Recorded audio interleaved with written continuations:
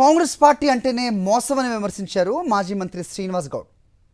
బడ్జెట్లో బీసీలను కాంగ్రెస్ ప్రభుత్వం పూర్తిగా విస్మరించిందన్నారు.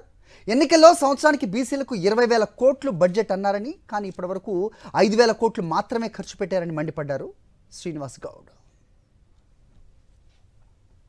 కాంగ్రెస్ పార్టీ ఎప్పుడు అధికారంలో వచ్చినా రావడానికి ఈ వర్గాల వాళ్ళే, రైతులు, బీసీలు, ఎస్సీలు, ఎస్టీలు నోటికొచ్చిన హామీలు ఇవ్వడం, విస్మరించడం, దగా చేయడం.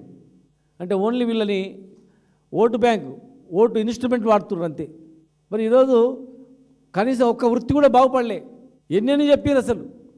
ఒక్క అంశం అని ఉందా ఈ బడ్జెట్లో? 3 లక్షల కోట్ల పైగా ఉన్నటువంటి బడ్జెట్లో 56% అని మీరే డిక్లేర్ చేసిర్రు. 60% పైన ఉన్నా కూడా మరి 56%కి మీరు ఇచ్చిన బడ్జెట్ ఎంత? 3.85 అంటే 3.85%.